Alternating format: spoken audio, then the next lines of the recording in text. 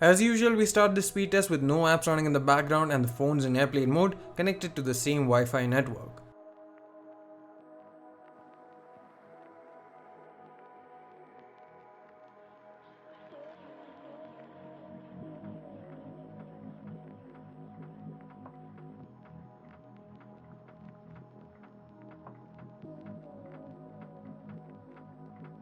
The OnePlus 5T has a Snapdragon 835 octa-core chipset, while the Honor 10 has a homegrown Huawei Kirin 970 octa-core chipset.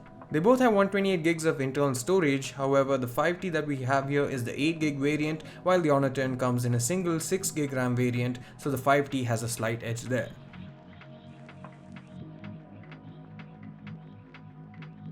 There's a 6 gig variant of the 5T as well, but we were unable to source one, so we went ahead with the 8 gig model.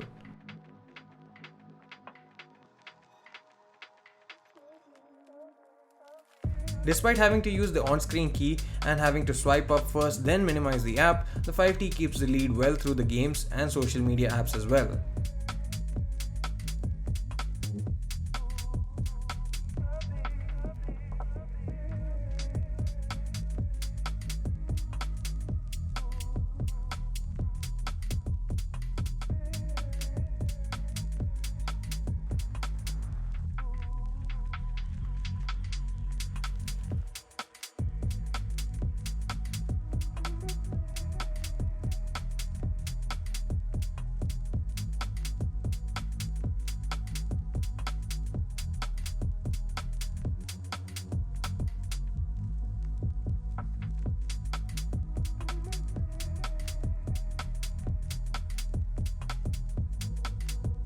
FITE finished lap 1 first with a time of 1 minute and 44 seconds, while the Honor 10 did the same in 1 minute and 55 seconds.